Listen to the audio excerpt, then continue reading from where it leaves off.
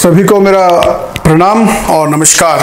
मैं अश्विनी कुमार जायसवाल के हाल ही में जो दुर्घटनाएं घटी हैं, ख़ास तौर पे पालघर में, उस दुर्घटना को जब मैंने वीडियो द्वारा, ख़ास तौर पे सोशल मीडिया द्वारा जब देखा तो मेरा भी दिल सहम गया।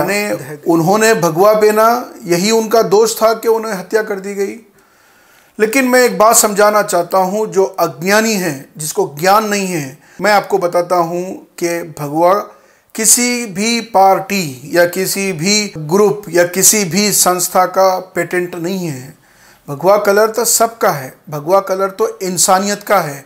भगवा कलर सूरज की रोशनी में भी है, चंद्रमा की चांदनी में भी है। जिसकी आग से जो अपना भोजन बनता है, उस आग का भी कलर भगवा है। तो यानी हम भगवा कलर से नफरत करेंगे तो अपन रोटी कैसे खाएंगे?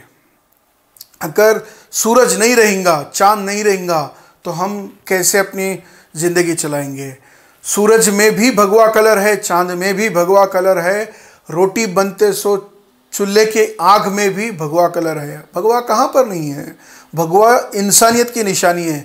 जो कपड़ा भगवा पहनता है, वो पहनता है इसीलिए क्योंकि वो कठिन रास्ते पर, अग्निपथ माने जो अग्नि का रास्ता होता है, उस पर चल के उसको आगे गुजरना होता है। उसको कहते हैं भगवा कपड़ा का धारण करना।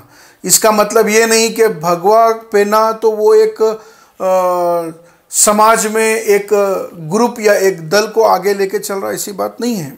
लेकिन भगवा कलर इंसानियत के लिए है। आप लोग को सबको मैं बताना चाहता हूँ कि हाल ही में जो साधु संत समाज सुधरने के लिए, समाज की भलाई के लिए अग्निपथ पे चलने का शपथ लेकर जब वो आगे बढ़ते हैं और उन्हीं को मार दिया गया, ये बड़ी दुख की बात है। अभी जिस गांव में ये हादसा हुआ, उस गांव के अंदर हाल ही में पिछले कुछ दिन पहले, माने वहाँ पर एक डॉक्टर की टीम भी जा रही थी, तो वहाँ पर भी वो लोग हिंसक हो गए थे। तो मैं चाहता हूं कि ऐसे लोग, फिर उन डॉक्टरों ने पुलिस का साथ लिया और पुलिस उनको बचा ली। फिर जैसे डॉक्टरों को बचाया गया, उसी तरीके से साधु संत को क्यों बचाया नहीं गया? क्या कारण था कि पुलिस इतनी लापरवाही से वहां पर काम करी?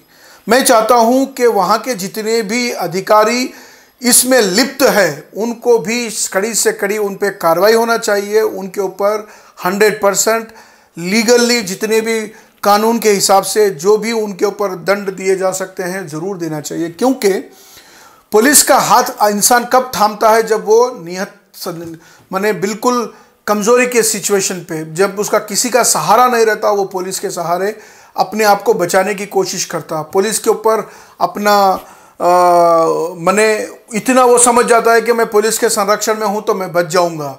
लेकिन पुलिस का जब हाथ थामे तो उन पुलिस वालों ने उनका हाथ छोड़ दिया और ये खाकी के नाम पे कलंक बन गए। वो लोग जो उनका हाथ छोड़ करके भीड़ में, नरभक्षी भीड़ जो जमी हुई थी, वो तो जानवर से भी गिरे हुए लोग थे। उनको जानवर से भी तुलना नहीं की जा सकती, क्योंकि जानवर भी जब भी किसी के ऊपर हमला करता है, जब तक कि उसको खतरा नहीं लगता है। ये बेचारे बूढ़े लोग, किसको खतरा थे, क्या खतरा थे, और उनको इतना बेरहमी से मारा गया। और वहाँ पर जो भीड़ में ख़ास तौर पर नाबालिगों की भी जिक्र की जा रही है। अगर नाबालिग उस भीड़ में हैं तो मैं चाहता हूं कि उनको जुवेनाइल में तो भिजाना चाहिए, लेकिन साथ ही साथ उनके माँ बाप जो परवरिश कर रहे हैं, ऐसे जंगली जाहिलों को सोसाइटी में बनाकर आगे छोड़ रहे हैं, उन माँ बाप के ऊपर भी सख्त कार्रवाई करनी चाहिए। इसके साथ साथ मैं आप लोगों को यह भी बताना चाहता हूँ कि हमारे देश के अंदर सीनियर सिटीजन के लिए ये कर रहे हैं, वो कर रहे हैं, ऐसा हो रहा है, वैसा हो रहा है, ढेंगे मारते हैं। लेकिन क्या हो रहा है सीनियर सिटीजन के साथ? जो आदमी 70 साल की आयु के अंदर पुलिस के संरक्षण में उसकी मौत हो जाती है और उसको इतना निर्दय। आप एक बात बताइए कि उस साधु की गलती क्या थी? वो साधु तो अपना कर्तव्य पूरा करने के लिए वो जा रहा था। साधु तो सिर्फ और सिर्फ जब उसके गुरु का देहांत हो जाता है, गुरु माने एज पर जब कबीरदास ने एक खुले अल्फाज में बताया था कि गुरु और भगवान सामने हो जाए तो सब में पहले मैं गुरु की पूजा करूं, क्योंकि भगवान के बारे में बताने वाला भी गुरु होता है। जब गुरु के बारे में, भगवान के बारे में बताने वाला गुरु है, उस गुरु की मृत्यु हो जाती है तो उसके अंतिम दर्शन करने के लिए जब वो जाने की कुछ कोशिश करते हैं, जो चेष्टा करते हैं, तो उनको मौत की सज़ा दी जाती है। तो जब वो पुलिस के पास पहुंचे तो पुलिस क्यों स्पॉन्टेनियसली बिहेव नहीं करी कि बता सकती थी कि 15 दिन पहले ऐसा ऐसा हादसा हुआ, आप कोशिश ना करें कि ये गांव से ना जाएं, आप यहाँ से जाएं, इस तरीके से आप मत करिए। ये कुछ भी नहीं हुआ और ये 16 तारीख के दिन हादसा होता है और 18-19 तारीख तक के किसी को पता नहीं चलता है, हल धीरे धीरे से लोगों में पता चलता है।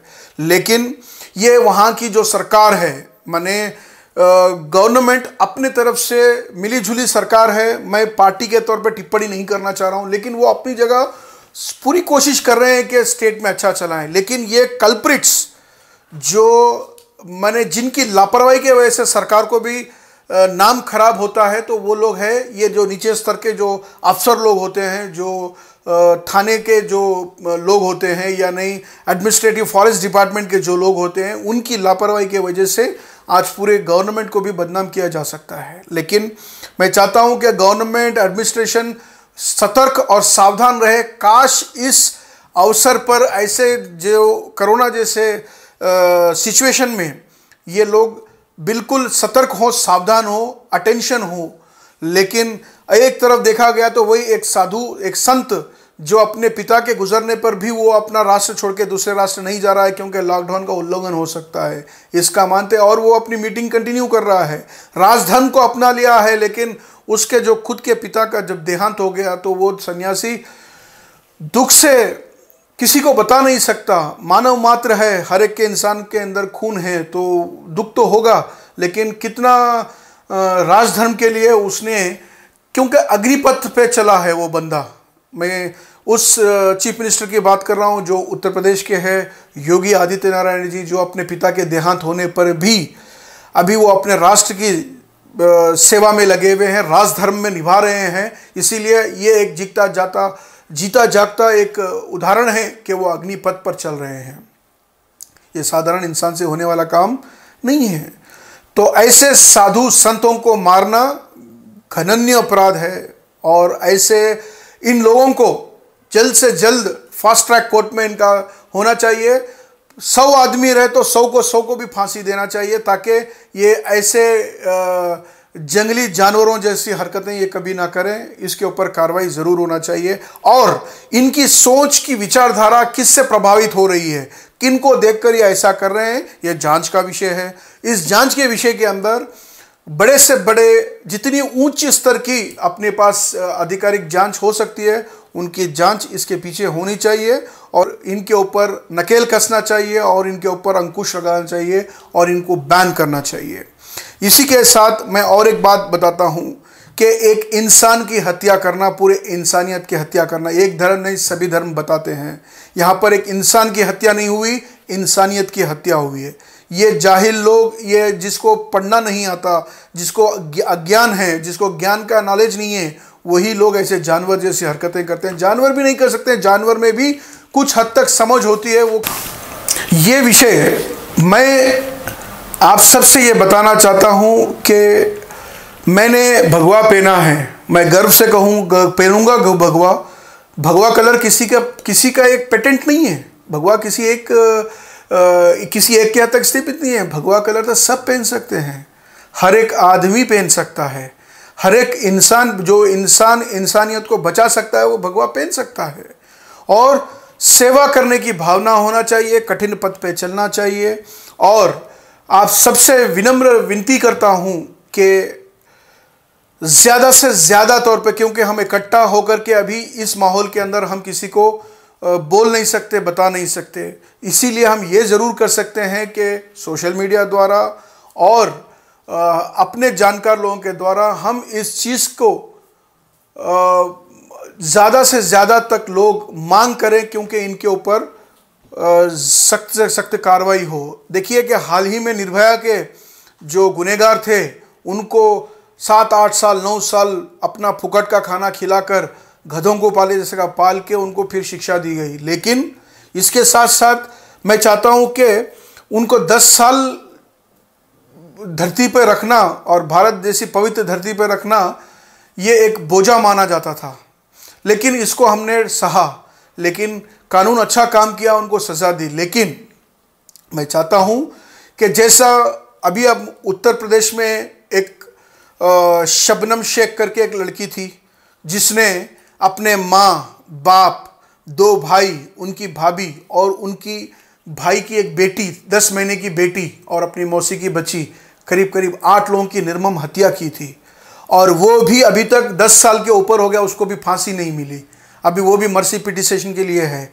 ऐसे लोग धरती पे बोझ माने जाते हैं। तो मैं चाहता हूं कि लॉ के अंदर ऐसी क्या खामियां हो रही है जिसके वजह से ऐसे पापी लोग ज़्यादा से ज़्यादा टाइम ले रहे हैं। तो इसके ऊपर अच्छी सी एक कमीशन बैठे और देखें कि ऐसे पापी ज़्यादा दिन तक भारत जैसी भूमि पर ना रहें और ऐसे लोग को जल्दी से जल्दी सज़ा मिले, ताकि इनको जब सज़ा मिलती है तो ये पूरे लोगों को एक नसीहत जैसी हो जाती है और पूरे लोग इस चीज़ करने से, ऐसे अपराध करने से डरेंगे और तभी इसके ऊपर अंकुश लगाया गया। मैं देख रहा हूँ कि अभी हाल ही में मैं एक सोशल मीडिया पे देखा कि डॉक्टरों के ऊपर, ख़ास तौर पे जो डॉक्टर सेवा कर रहे हैं, उनकी हत्या यत्न किया जा रहा है, उनको डराया जा रहा है, उनको धमकाया जा रहा है। ये सब अज्ञान के कारण हो रहा है कि आने वाले दिनों के अंदर एजुकेशन को स्ट्रांग बनाया जाए और ख़ास तौर पे ये जितने हरामी कुत्ते लोग जो उसने ये हरकत किया उनको सख्त से सख्त कार्रवाई देने का मैं डिमांड और अनुग्रह करता हूं। और इन चंद अल्फाजों के साथ मैं छुट्टी लेता हूं। भारत माता की जय, जय हिंद, जय श्री राम।